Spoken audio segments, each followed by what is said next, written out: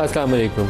Iran का मसला एक दफ़ा दोबारा लगता है कि तनाव वाली कैफियत ऐसी बन रही है जिससे ये नहीं पता चलता कि कल जो आइंदा आने वाला दिन है उसमें ये पीस टॉक्स आगे बढ़नी है या सारा कुछ तलिया मेट हो जाना है। एक चीज़ जो लगता ही है कि सारे प्रोसेस में अगर दुनिया में कोई एक बंदा खुश हो सकता है तो उसका नाम नेतन्याहू है। उसके अलावा कोई दूसरा बंदा हो ही नहीं सकता जिसको इसका फ़ायदा हो या वो उसके दिल में कोई खुशी हो। ना कोई अरब खुश होगा, ना सऊदी अरब खुश होगा, ना कतर खुश होगा, ना ईरान को फ़ायदा। ईरान के अंदर तो उनके टारगेट्स बेशतर हिट हो रहे हैं। एक ही बेनिफिशरी है, नेतन्याहू।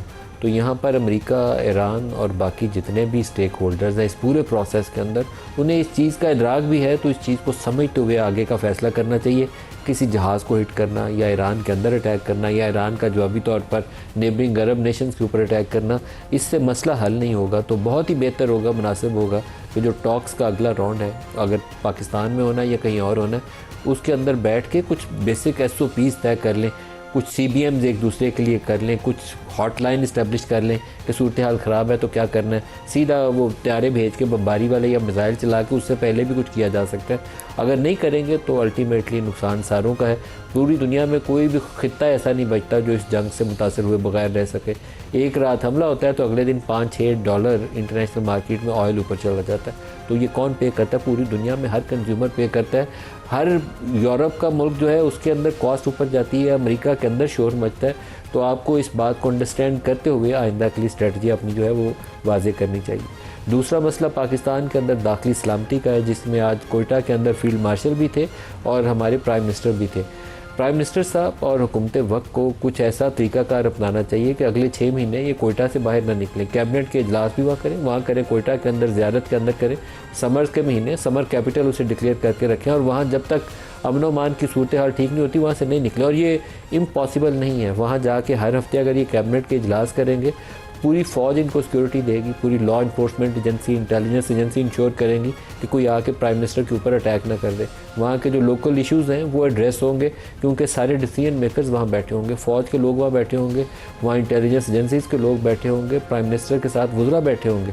तो प्राइम मिनिस्टर को यहाँ बहुत ज़रूरी काम भी नहीं है। तो अगर हुकूमत वक्त जो मुंतखब लोग हैं वो अपनी इस ज़िम्मेदारी का एहसास नहीं करेंगे तो कौन करेगा? लोगों ने इनको वोट इसी काम के लिए दिया। जानो माल का जो तहफ़्फ़ुज़ है ना, स्टेट की बेसिक रिस्पॉन्सिबिलिटी है ये दो चीज़ें, जान और माल का तहफ़्फ़ुज़। और इसमें सबसे पहले जिसको जवाब देना चाहिए वो हुकूमत वक्त है। ये कह कर के हम फ़ौज की कुर्बानियों की कदर करते हैं, वो तो 25 करोड़ सारी कदर करते हैं। आप अपनी ज़िम्मेदारी अदा कर रहे हैं या नहीं कर रहे? तो आज के प्रोग्राम में इन दोनों इशूज़ को डिस्कस करेंगे। हमारे साथ मेहमान शख्सियात में तारिक रशीद साहब, इसके अलावा एडमिरल फैसल शाह साहब और एजाज़ अहमद चौधरी साहब। सबको खुश आमदीद कहते हैं प्रोग्राम में। एजाज़ साहब, पहले आपसे ईरान वाले मसले के ऊपर जानना चाहूँगा। ईरान में क्या ऐसा बुरा हो रहा है कि कभी जहाज़ हिट हो जाते हैं, कभी ईरान के ऊपर हमला होता है, फिर ईरान जवाबी तौर पर अटैक करता है। इस तरह चीज़ आगे कैसे बढ़ेगी? जी बहुत शुक्रिया। वायलेशंस तो दोनों तरफ से हो रही हैं, लेकिन मेरे ख्याल में ईरान को स्ट्रेट ऑफ हॉर्मुज़ पे जहाज़ों पे अटैक नहीं करना चाहिए, हमला नहीं करना चाहिए। उससे वो खलीजी रियासतों को भी खौफजदा कर रहा है और बाकी सारी दुनिया को भी, क्योंकि तेल की तरसील रुकती है तो सबका नुकसान होता है। तो मैं समझता हूँ कि ईरान को ज़रा बड़ी तस्वीर जो है उस पर नज़र रखनी चाहिए। अमेरिका और इसराइल के दरमियान ठीक ठाक दरार पड़ चुकी थी। अब वो दोबारा करीब आते जा रहे हैं और आपने सही कहा कि इसराइल का तो इसमें बेनिफिट है कि दोबारा अगर जंग शुरू हो जाती है। और अमेरिका भी आपने देखा है कि जूश लॉबी के हाथों बेबस हो गया और लेबनान पे इसराइली हमले नहीं रुकवा सका। तो ईरान को ये चाहिए इस वक्त कि वो ये देखे कि अमेरिका और इसराइल के दरमियान जो था खलीज जो पड़ रही थी, जो गल्फ आ रहा था, उसको मजबूत करे। और साथ ही साथ खलीजी रियासतों के साथ जो एक माहौल बन रहा है कि एक पुरअमन बकाए बाहमी का माहौल बन रहा है, उसको मजीद तकवीत दे। अब मैं तो यही समझता हूँ कि ईरान को इस वक्त थोड़ा सा अपना ओवर प्ले कर रहे हैं ये हाथ। स्टेट कहीं नहीं जाने लगी, वो ईरान भी वहीं मौजूद है, लेकिन उसका खुला रहना जो है वो इस वक्त बहुत ज़रूरी है। अमेरिका को भी मेरे ख्याल में इस तरह के हमले, जिस शिद्दत से हमले डोनाल्ड ट्रंप साहब ने किए हैं, मुझे ऐसे लगता है कि जैसे उनको शायद ये खफगी है कि इतना बड़ा जनाजा हुआ है, फ्यूनरल राइट्स हुए हैं, जो राहबर थे उनके, कि वो खुद भी कहते हैं कि मैं बड़ा हैरत ज़दा हूँ कि लोग इनको इतना पसंद करते थे।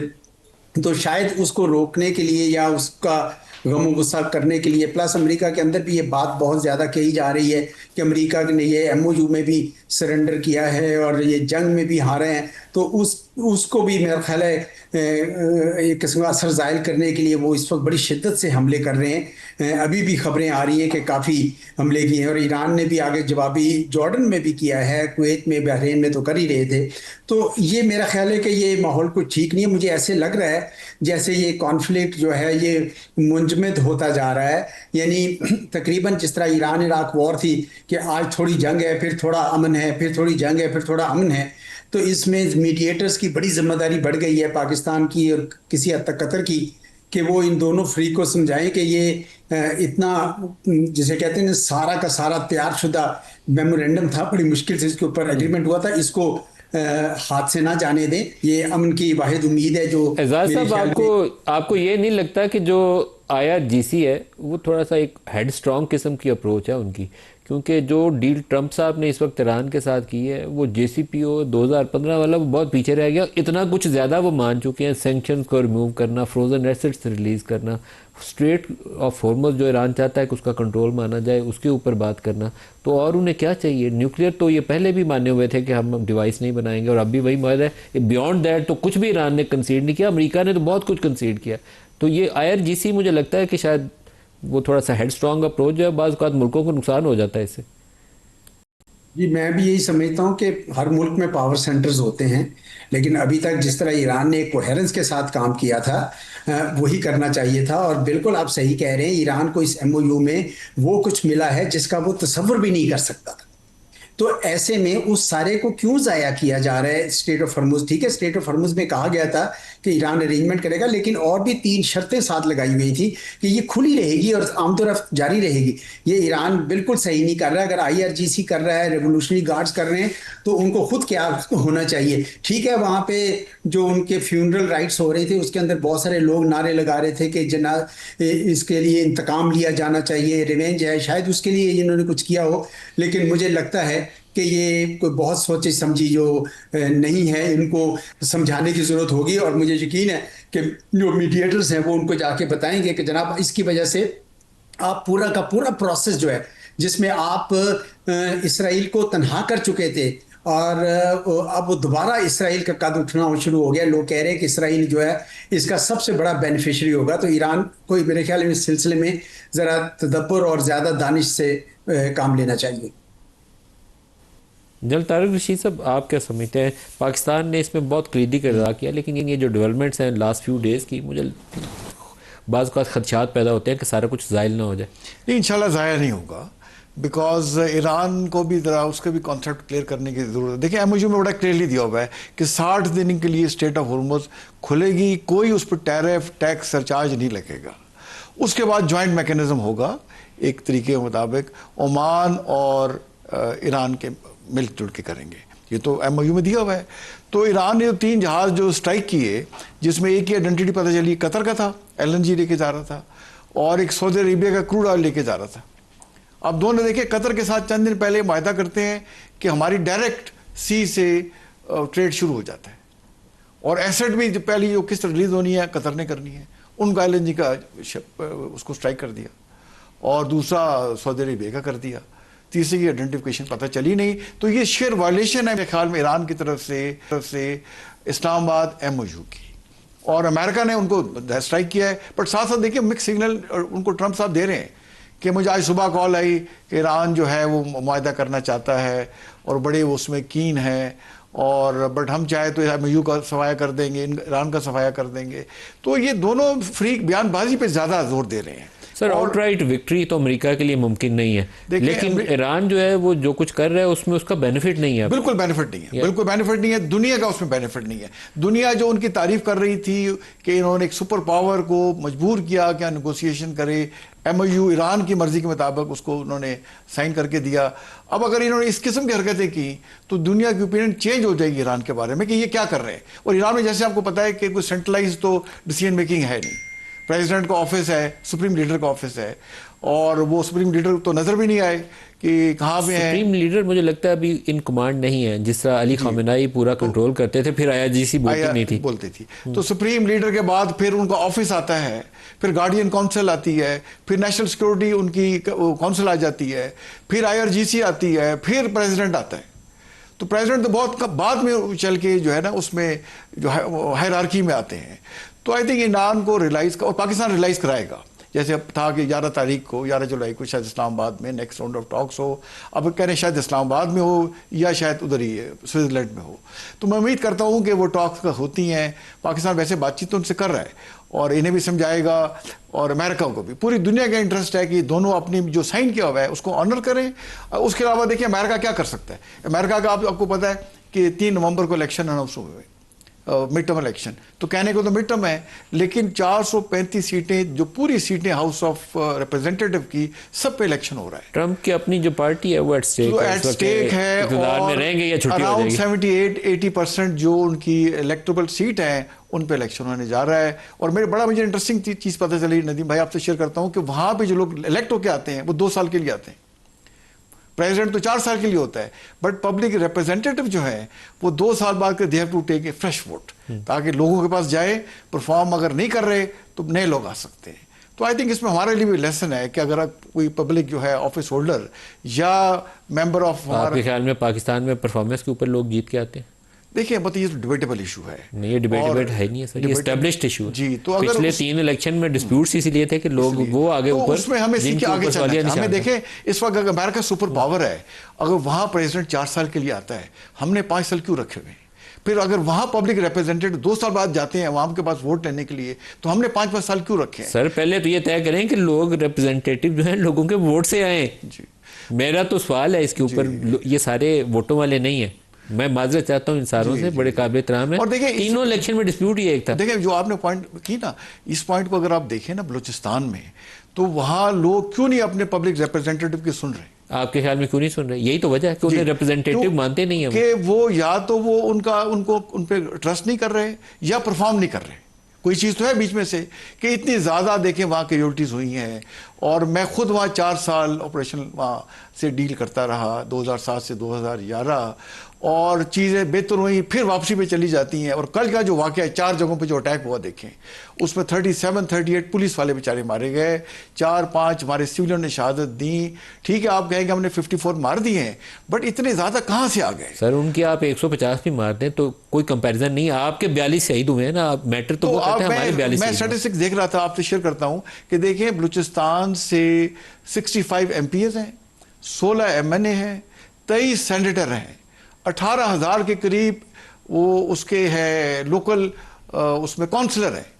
तो अगर ये 38 डिस्ट्रिक्ट पे डिवाइड करें तो 300 से 325 इलेक्टेबल जो है इलेक्टोरल वहाँ वोट लेकर आए हुए हैं। तो आवाम क्यों नहीं इनकी सुन रही और इन्हें क्यों नहीं अकाउंटेबल ठहराया जा रहा? और कल जो हुआ है, जिस इलाके में ये वाक़या हुआ दहशतगर्दी का, इंतहाई अफसोसनाक, जिसमें शहादतें हुई, उनके वडेरे, उनके मलिक, उनके सरदार क्यों नहीं इनके खिलाफ बयान दे रहे? हमें उनसे सवाल पूछना चाहिए। और भाई आप बताएं, आप स्टेट ऑफ पाकिस्तान के साथ हैं या आप उनके साथ हैं जो ये कार्रवाइयाँ कर रहे हैं? तो हमें अपने जो हमारा अंदर है ना हाउस, इन ऑर्डर करना होगा। और देखें जो पकड़े जाते हैं उनका क्या है, कन्विक्शन रेट 9% है बलूचिस्तान में। एक एंटी टेररिज्म कोर्ट के पास दर्जनों केसेस पड़े हुए हैं, डिसीजन नहीं दे रहे बैठ के।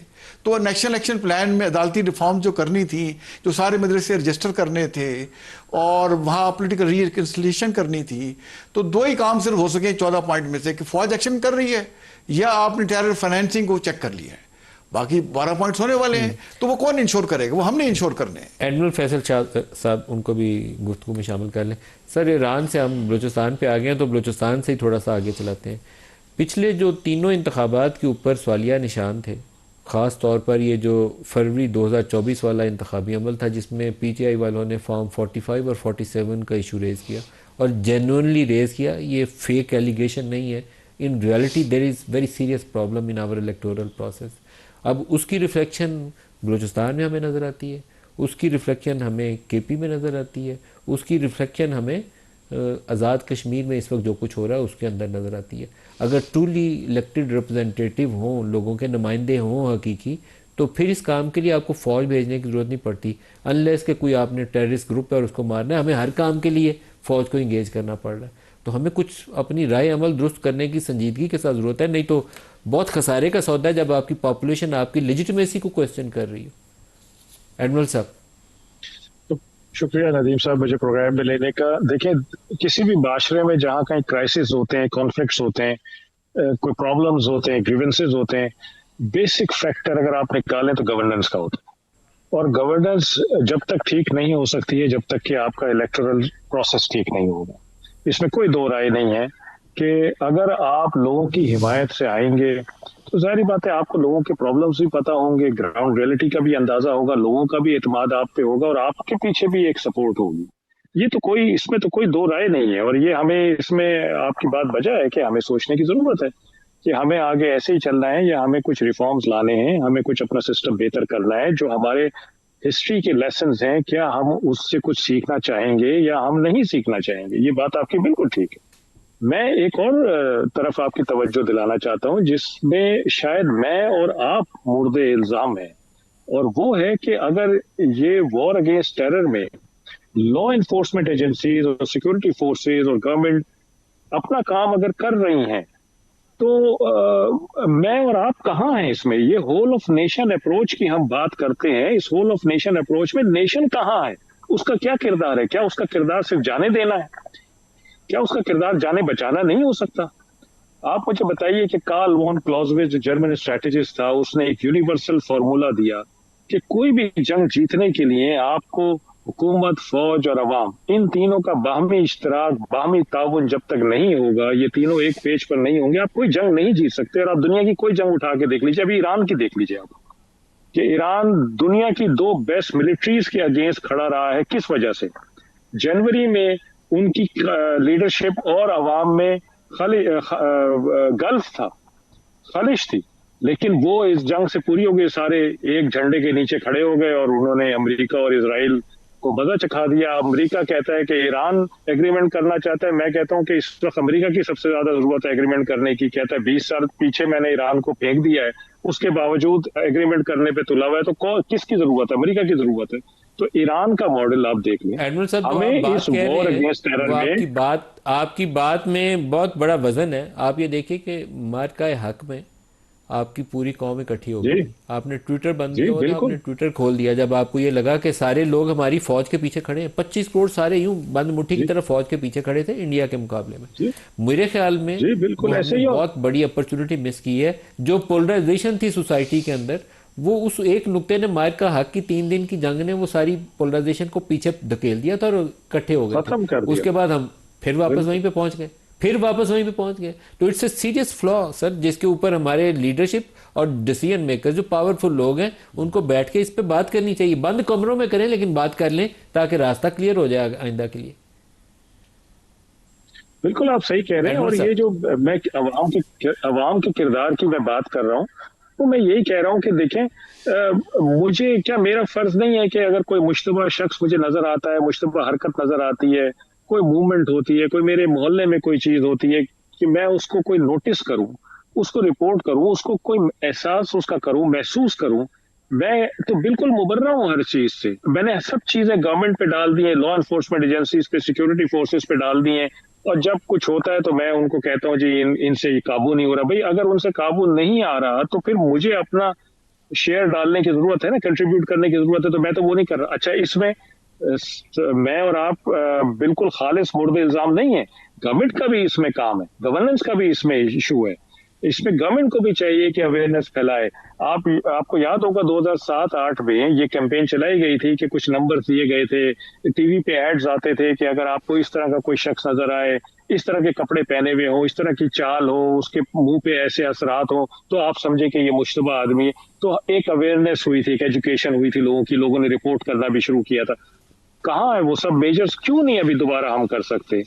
कब तक हम इस तरह से ये जाने देते रहेंगे और हाथ पे हाथ रख के बैठे रहेंगे और कोई मेजर्स नहीं लेंगे? मुझे ये चीज समझ नहीं आती कि जो फ्लॉज हैं, जो लूप होल्स हैं, जो शॉर्टकमिंग्स हैं, उनको हम क्यों नहीं आइडेंटिफाई कर रहे? हर दफा हम एक नया इरादा करते हैं, नया जज्बा दिखाते हैं, फिर स्टेटमेंट्स आती हैं, कुछ दिन सुकून होता है और फिर उसके बाद ये सब कुछ हो जाता है। क्यों एक जान की भी वैल्यू नहीं है हमारी यहाँ? ये हमें देखने की जरूरत है नदीम साहब। जनरल तारिक साहब से मैं इसका जवाब चाहूँगा। जो ये जो इनका जुमला था ना फैसल साहब का कि क्यों एक जान की अहमियत नहीं है, मेरे अब मैं कई दिनों से ये सवाल उठा रहा हूँ, मैं अपने आप से भी पूछता हूँ और प्रोग्राम में भी पूछता हूँ। 42 लोगों की शहादत हुई है ना 3 दिनों में, और पिछले 1 साल में, पिछले 20 साल से ज़्यादा, या 2 सालों में पिछले 20 साल से ज़्यादा दहशतगर्दी के वाक़यात पाकिस्तान में। दुनिया में हम इस वक्त सबसे बड़ा नेशन है जो टेररिज्म फेस कर रहा है। क्या ये लोगों की जो कुर्बानियाँ हैं, ये जो शहादतें 42 थी, इनको रोका नहीं जा सकता था? हमें कहीं इसका जवाब ढूंढना चाहिए। इसमें नाकामी किसकी है? मेरी है, आपकी है, हुकूमत की है, कलेक्टिवली हम सारों की है। इसका बैठ के कहीं एक दफ़ा जवाब ढूंढ लें तो मसला हल हो जाए। मसला हल हो सकता है। देखें, एक बहुत बड़ा सवालिया निशान है, मैं समझता हूँ। देखें, वो बड़े लोग हैं जिन्होंने पाकिस्तान के लिए अपनी जानें दी हैं, लेकिन उसको बचाया जा सकता है? नहीं बचाया जा सकता? बिल्कुल बचाया जा सकता। देखें, अब आप जैसे आपने मार का हक का कहा, पूरी कौम आपके साथ खड़ी हो गई, बिकॉज सामने दुश्मन बड़ा क्लियर था। अब इसमें दुश्मन जो है हम इल्ज़ाम लगाते हैं, सामने नहीं, छुपा हुआ है, छुप के ही वो वार करता है। बट जैसे मैंने पहले शुरू में कहा, देखें जो है ना, जो क्लॉजवेट वगैरह ने, उसने भी ये कहा था कि जो मिलिट्री इंस्ट्रूमेंट है, it is one of the element of the state craft. तो आप मिलिट्री इंस्ट्रूमेंट को आप अप्लाई करते हैं, वो आपको इन्वायरमेंट क्रिएट करके देता है, बट उस इन्वायरमेंट के बाद उसको स्टेबलाइज करना, उसको बैलेंस करना, उसको बाकी होलसम तरीके से देखना, वो तो फिर ब्यूरोक्रेसी का काम है और सियासी लीडरों का काम है। क्योंकि बलूचिस्तान में मैं खुद देखें, मैंने वहाँ ऑपरेट किया हुआ है, वहाँ मैं रहा हूँ। अब ये हमारे सियासी जो अकाबरीन है, जिस सिस्टम के तहत इलेक्ट होकर आते हैं, उस सिस्टम पर भी ये सवाल निशान उठाया जाता है। सर वो सिस्टम दुरुस्त नहीं है। अब आप देखिए KPK में, देखें KPK में कहने को तो PTI की हुकूमत है, और वहाँ बिल पास कर रहे हैं अपनी मराद का कि हमें ब्लू पासपोर्ट दे दें। तनख्वाहें बढ़ा रहे हैं, उनके खुद ही स्पीकर, उनके लीडर क्या इलेक्टेड वहाँ से लोग क्या कर रहे हैं, वो पास कर रहे हैं कि हमें ब्लू पासपोर्ट दे दें, हमारी तनख्वाहें डबल कर दें, ममनुआ बोर के लाइसेंस दे दें, वो लाइसेंस दे दें सरकारी घरों में। तो देखें कि मेरा मतलब है कि ये कितना बड़ा सवालिया निशान है इनकी परफॉर्मेंस के ऊपर। और जैसे मैंने फैक्ट्स एंड फिगर बताया आपको बलूचिस्तान के कि 300 से 350 वहाँ से इलेक्ट होकर बंदे आए हुए हैं कॉन्सर्ट समेत। अगर अपने अपने डिस्ट्रिक्ट्स में हों तो लोगों को ऑन बोर्ड लें, उनके मामलात को हल करें, गुड गवर्नेंस वहाँ इंश्योर की जाए, वहाँ जॉब अपॉर्चुनिटीज़ हों, लोगों को फील हो कि स्टेट हमारे साथ खड़ी हुई है। सर स्टेट पता नहीं किसके साथ खड़ी है, मैं जो तो समझ तो अब आप देखें कि हमारे पंजाब हुकूमत ने सर ये जो CDC डिपार्टमेंट बनाया है, CDC शायद उसको बोलते हैं, CCD जी, वो कई हजार बंदे को रात को मोटरसाइकिल चोरी में बंदा पकड़ते हैं, सुबह बाहर ले जाके उसको गोली मार के मार देते हैं। इसलिए करते ये एक्स्ट्रा जुडिशियल किलिंग्स कर रहे हैं, ये सिस्टम को बनाने के बजाय सिस्टम को तबाह कर रहे हैं, क्योंकि अदालतें परफॉर्म नहीं कर रही। Sir this is the problem of the government. उसको लॉज को ठीक करें, लॉ को ठीक करें। और नेशनल एक्शन प्लान में दिया हुआ है कि हमने अदालती रिफॉर्म्स करनी है। जब अदालतें छोड़ देंगी तमाम प्रूफ के साथ भी लोगों को, तो ये क्या करे पुलिस? सर ये जो मावरा अदालत कत्ल है ना सर, ये नफरत पैदा करते हैं पॉपुलेशन में। ऑफ कोर्स, और आपने कई हजार बंदा पंजाब में मार दिया, एक्स्ट्रा जुडिशियल किलिंग हुई, और पंजाब अब सबसे बड़ी मिसाल है इस वक्त, उसमें कई हजार बंदा मार दिया। और वो कहते हैं हम क्राइम रेट कंट्रोल कर रहे हैं। खुदा का नाम लो, ये जमहूरियत है? ये तो आमरीत से भी बदतरीन एक तरीकाकार है। पंजाब में क्राइम रेट तो बाकी नीचे आया है, तो फिर बंदे मारते रहे। अच्छा, लेकिन अगर अदालतें परफॉर्म नहीं करेंगी तो फिर जो है, जो सोसाइटी जो है किसी और तरफ जाएगी। तो हमने देखे ना, whole of the country, whole of the nation और whole of the society approach के तहत आगे चलना है। और बजाय पुलिस वाले 2 बैठ के डिसाइड करते हैं कि इस मोटरसाइकिल चोर को गोली मार दो, इसको थाने से अदालत से सजा नहीं मिलनी, और वो गोली मार देते हैं। नदीम भाई देखें, पुलिस का तो हाल ये है कि आपको वो कहती है ट्रांसपेरेंसी इंटरनेशनल कि सबसे करप्ट इदारा ही पुलिस है, जिससे हर बंदे का वास्ता पड़ता है। तो हमें ये चीज़ें ठीक करनी चाहिए। देखें, और बात अब जैसे अब आज गए प्राइम मिनिस्टर साहब वहाँ पे, बड़ी अच्छी बात है पहुँचे, तो मुझे बताएं कि 44% ऑफ पाकिस्तान का एरिया बलूचिस्तान है, इतना मादनियात से भरा हुआ है क्योंकि दुनिया का इतना शायद कितना मादनियात से ना भरा हो। तो लेकिन शाम को आ गए, तो वहाँ क्यों नहीं अपने हफ्ता या 2 हफ्ते महीना बैठते, वहीं से गवर्नमेंट को जो है वहाँ से रन करें, और ताकि लोगों को पता हो। सर अगर इस्लामाबाद में बैठ के हुकूमत चलाई जा सकती है तो कोयटा से भी बैठ के चलाई जा सकती है, और मॉडल टाउन में इजलास हो सकते हैं तो ज़ियारत में भी। आप देखें, मैं मिसाल आपको मिसाल देता हूँ। मैं देखें जनरल मुशर्रफ की, पता नहीं उसमें जैसे हमने पढ़ा कि जब कारगिल में हमने चोटियाँ खाली पकड़ी तो वहाँ जाके रात गुजारी उन्होंने। तो जो कमांडर है वो वहाँ होता है, तो जो आपके इलेक्टेबल्स हैं, प्राइम मिनिस्टर एक सिचुएशन है, मिनिस्टर्स हैं, और एक स्पेशल सिचुएशन है, वो पिछले 20-30 साल से आपसे नहीं संभल रही। तो अगर वही काम करेंगे जो 20-30 साल में कर रहे हैं तो इसका रिजल्ट नहीं निकलेगा। हमें समथिंग डिफरेंट करना होगा, और लोगों के दिल जीतने होंगे, उनके दिमाग जीतने होंगे, और उन्हें अपना इंटरेस्ट, अपना मफाद पाकिस्तान की स्टेट में नजर आए, ना कि इनकी प्रॉक्सीज के साथ उन्हें कोई बेनिफिट नजर आए। जनरल तारिक रशीद साहब, एडमिरल फैसल शाह साहब और एजाज साहब, आप सब एक करीब आ गई है, ब्रेक ले लें। ब्रेक के बाद सलमान जफ़र साहब हमारे साथ होंगे। आजकल एक दुनिया में नई बहस सोशल मीडिया के हवाले से, उसके ऊपर उनसे बात करेंगे। हमारे साथ रहिएगा।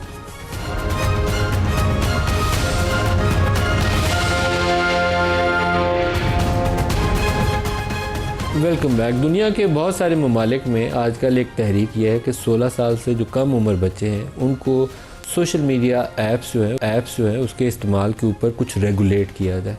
पाकिस्तान में भी बहुत सी जगहों पे ये सवाल उठाया जाता है कि व्हाट्सएप, इंस्टाग्राम, टिकटॉक, अब हमारी तो यंगर जनरेशन एक नई ऐसी पैदा हो रही है जो पैदा ही शायद टिकटॉक के ऊपर ही है, सारी ज़िंदगी वो उसी में घूमते हैं कि टिकटॉक ही सारा कुछ है। लेकिन क्या वो जो कच्चे जहन हैं उनके लिए कुछ एज रिस्ट्रिक्शन वाला कंटेंट होना चाहिए या ये अनरेगुलेटेड होना चाहिए? ये एक बुनियादी सवाल है। यूरोप के भी बेशतर मुल्कों में यही सवाल सामने आया।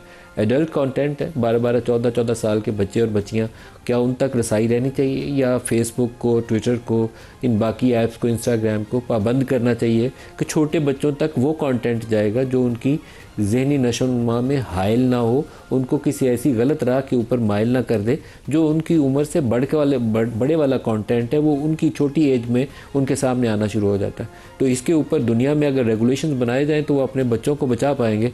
क्या हमें इसके ऊपर काम करना चाहिए या नहीं करना चाहिए? हमारे साथ हैं मोहम्मद सलमान जफ़र साहब, social media protection regulatory authority. Salman साहब, आपका बहुत शुक्रिया। आप ये फरमाइएगा कि किस तरह के मसाइल आपकी नज़र से गुजरे जो ये छोटे बच्चे फेस करते हैं जो अनरेगुलेटेड सोशल मीडिया एक्सेस है उसके ऊपर?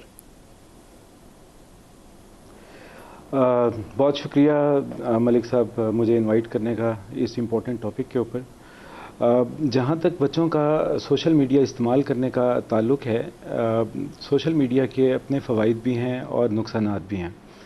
बच्चे ऑफ कोर्स यहाँ पे एजुकेशन भी ले रहे हैं, सोशल कनेक्शंस भी कर रहे हैं, गेम्स भी खेलते हैं, उसके अलावा क्रिएटिव आइडियाज़ भी लेकर आते हैं और बहुत सारे बच्चों को तो ये भी देखा गया है कि वो अंडर 16 ही अपने बिज़नेस भी एस्टेब्लिश कर लेते हैं। अगर इसकी डाउन साइड को देखा जाए तो साइबर बुलिंग भी इन्हीं बच्चों के साथ होती है, online harassment, child online grooming और इस तरह के बहुत सारे मामलात हैं जो कि उनके लिए बेहतर नहीं हैं, जिस पर बैनुल-अक़वामी सतह पर तमाम ममालिक इस चीज़ के ऊपर सीरियसली सोच रहे हैं कि सोशल मीडिया को अंडर 16 के लिए या तो कम्प्लीटली बैन कर दिया जाए या फिर उनको रिस्ट्रिक्टेड मटेरियल, जिस तरह आपने अभी फरमाया, रिस्ट्रिक्टेड मटेरियल उनको प्रोवाइड किया जाए। मिसाल के तौर पर अभी ऑस्ट्रेलिया की अगर बात करें तो दिसंबर 2025 के अंदर उनका जो रेगुलेशन आया ऑनलाइन सेफ्टी एक्ट के तहत, उन्होंने ये किया कि बच्चों के लिए सोशल मीडिया को कम्प्लीटली बैन कर दिया। अगर पॉपुलेशन की बात करें वहाँ पर जो बच्चे सोशल मीडिया प्लेटफॉर्म को यूज़ कर रहे हैं तो दैट इज़ अराउंड 5.5 मिलियन और अभी तक जो अचीवमेंट हुई है दैट इज़ 310,000। सोशल मीडिया को ऐसे जनरली बैन कर देना इतना आसान नहीं है, बिकॉज़ जो सिबलिंग्स हैं, जो पेरेंट्स हैं, वो अपने आईडीज़ भी बच्चों को दे देते हैं।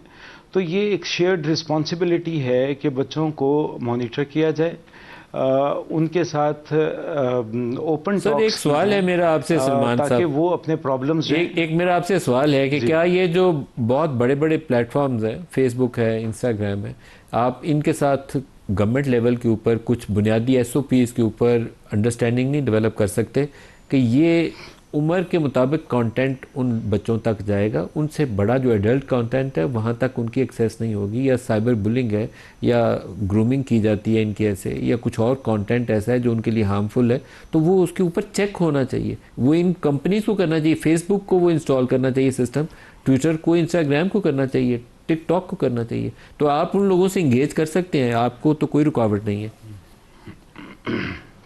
जी सर, आप बिल्कुल ठीक कह रहे हैं।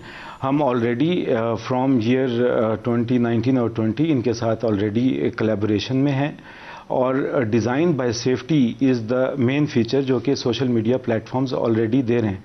अभी रिसेंटली लास्ट ईयर इंस्टाग्राम ने बच्चों के लिए जो टीन है उनके लिए टीन अकाउंट लॉन्च किया है और बाकी टिकटॉक और जितने भी सिग्निफिकेंट सोशल मीडिया प्लेटफॉर्म हैं उसके अंदर एज अप्रोप्रिएट प्राइवेसी और कंटेंट ऑलरेडी अवेलेबल है।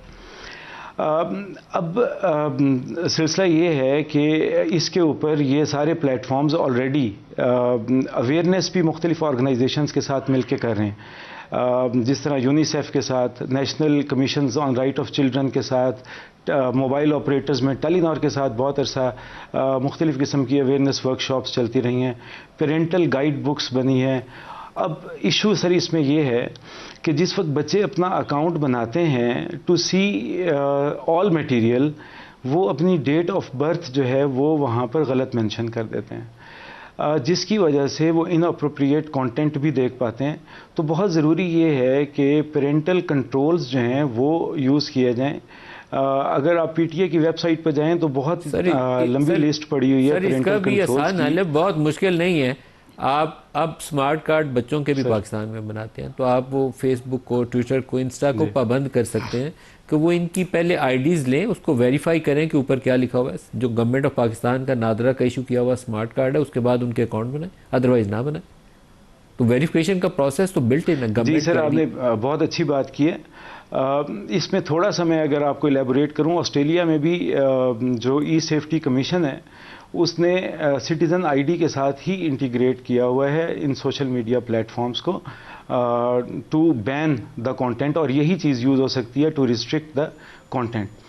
लेकिन जिस तरह मैंने आपसे पहले कहा कि सिबलिंग्स और पेरेंट्स जो है जो आईडीज़ दे देते हैं उनको अपने, तो ये सारी चीज़ बाईपास हो जाती है। एक चीज़।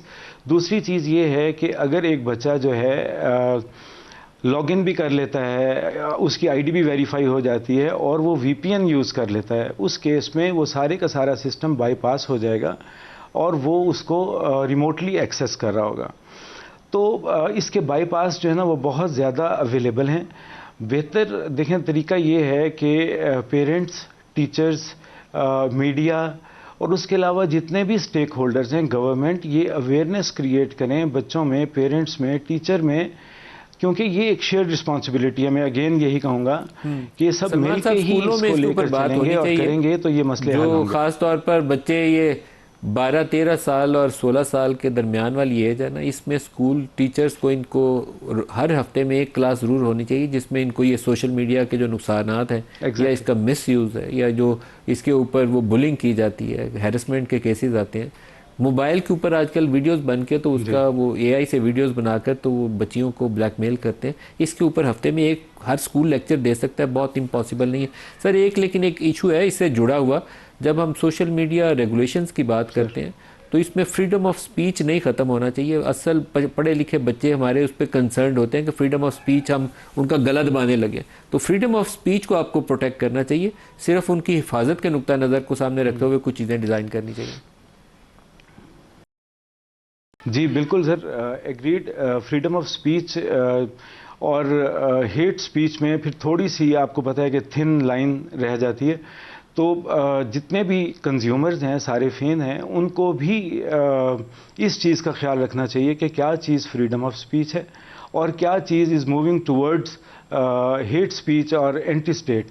सो इस चीज़ का ख्याल होना चाहिए। फ्रीडम ऑफ स्पीच को तो कोई भी मना नहीं करता, कॉन्स्टिट्यूशन ऑफ पाकिस्तान भी मना नहीं करता।